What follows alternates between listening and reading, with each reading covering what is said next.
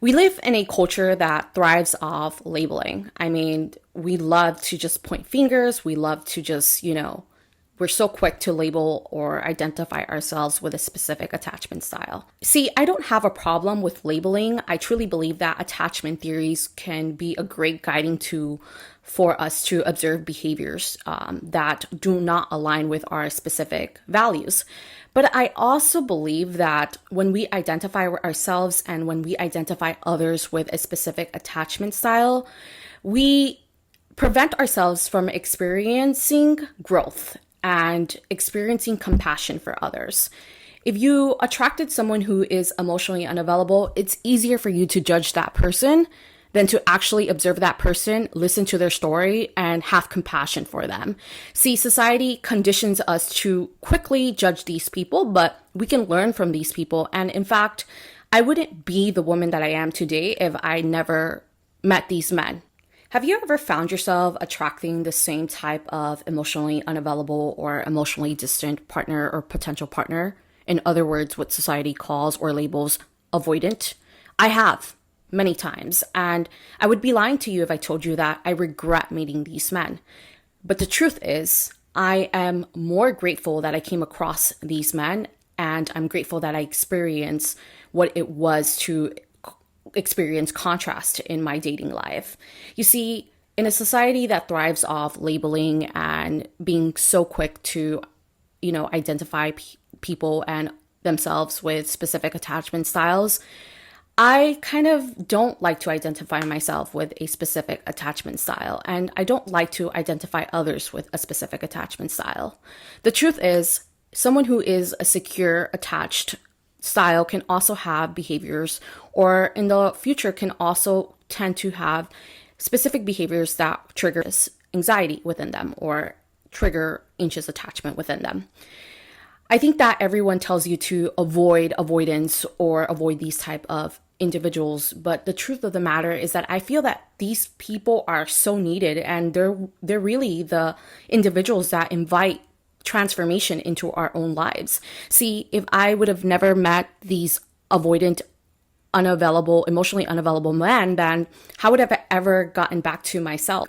How would I have ever gotten back to exploring myself and analyzing myself as a partner and what I needed to work on? See, I truly believe that you meet people for a specific reason. I truly believe that we need to experience contrast. If you want to become more emotionally available and more secure, then emotionally unavailable people are needed in this lifetime. They allow us to witness ourselves and our flaws through them and our triggers through them. And if they never show up in our lives, then how would we ever invite transformation into our lives? My name is Z, and I have been single for 6 years. I have been devoting myself to exploring myself, my psychological process, and truly taking responsibility for my emotions. I'm going to talk to you guys about why it's necessary to attract avoidant people into our lives and why we keep attracting these type of people, and how I've learned to approach these people with more compassion and more love.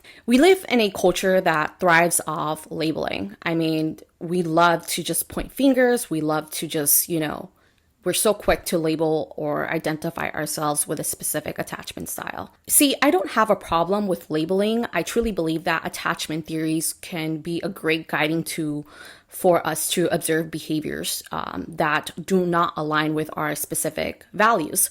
But I also believe that when we identify ourselves and when we identify others with a specific attachment style, we prevent ourselves from experiencing growth and experiencing compassion for others. If you attracted someone who is emotionally unavailable, it's easier for you to judge that person than to actually observe that person, listen to their story, and have compassion for them. See, society conditions us to quickly judge these people, but we can learn from these people. And in fact, I wouldn't be the woman that I am today if I never met these men. And I'm so grateful that I come across these men because I was able to witness myself and I was able to witness what I needed to work on with myself. If I would have never met these men, then I don't think that I would have gained the amount of clarity and emotional intelligence and emotional safety in my own skin and in my own body. So the question is, why do we keep attracting these type of individuals? Well, the truth is, life is always reflecting us back to ourselves. I once heard about the phrase, you are what you attract. I truly believe that this phrase is very evident. You are attracting people based on where you are on a conscious level. I was attracting avoidant men because it seemed familiar to me.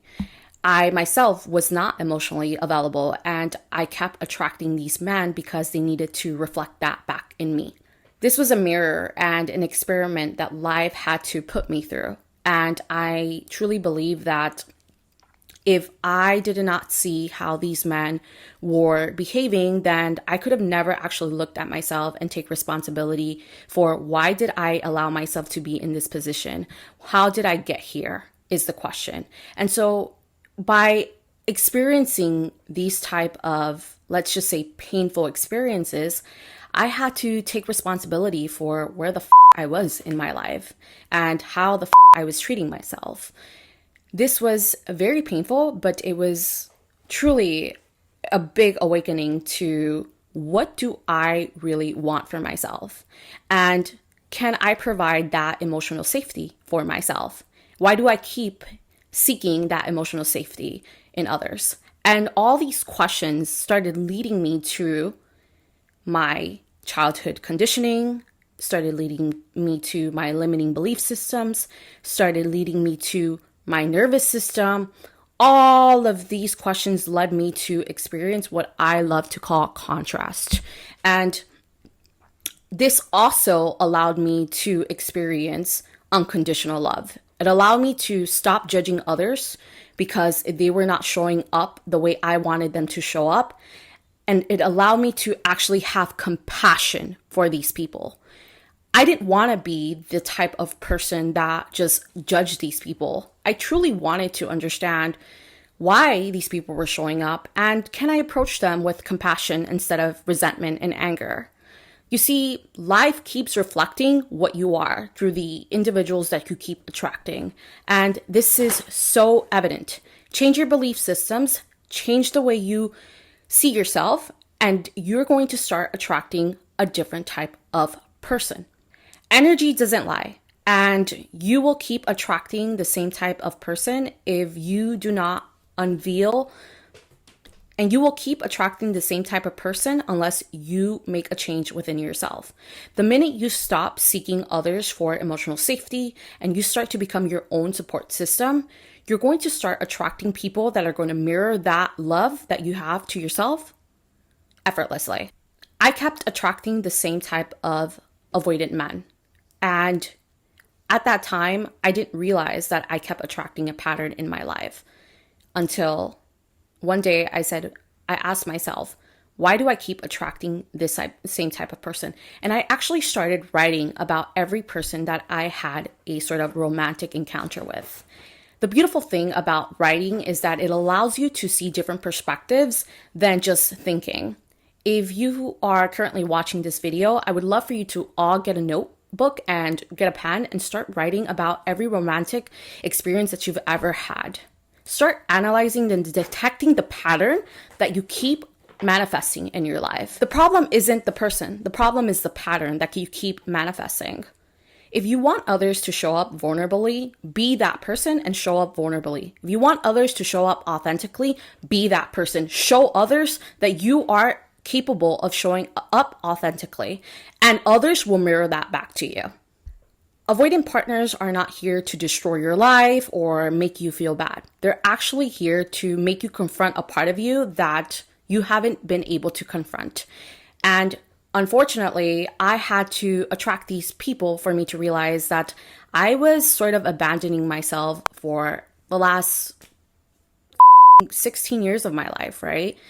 And it was so painful to realize this and have this awareness. But once I actually just accepted this and I took responsibility for it, I started realizing that it's no one's job to make me feel safe. Like at the end of the day, I go to bed by myself, and if I cannot show up for myself, if I'm having like a bad day and I can't actually find a way to make myself feel better, or if I'm feeling sad, can I allow myself to feel bad? If I'm not showing up for myself that way, then how will others come? How will I be able to attract people that show up that way for me? If you have attracted a avoidant partner, take a deep breath. Have fun. This is a great opportunity for you to start exploring yourself again. See, avoidant partners are here to invite transformation and invite growth into your life. And I would be lying to you if I said, would I go back and attract the secure attachment man that I always dreamed of? No, I wouldn't. I truly believe that I have gained an amount of clarity with myself, and I have built a safety support system for myself. And it's taken me a while, and it hasn't been easy, but the amount of emotional resilience that you get from experiencing these people and encountering experiences with people who are unavailable is just priceless. You won't ever be able to gain this much clarity and wisdom in your life.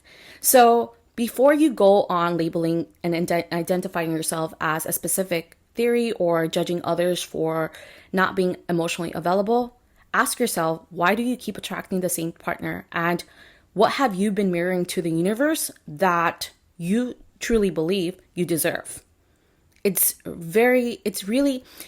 all comes back to the self. And this is why I truly believe, and I created Let's Talk Self. To know thyself is by far the path to intelligence. If you do not know yourself, you're going to continue doing the same attracting the same unless you start exploring yourself and your psychological process.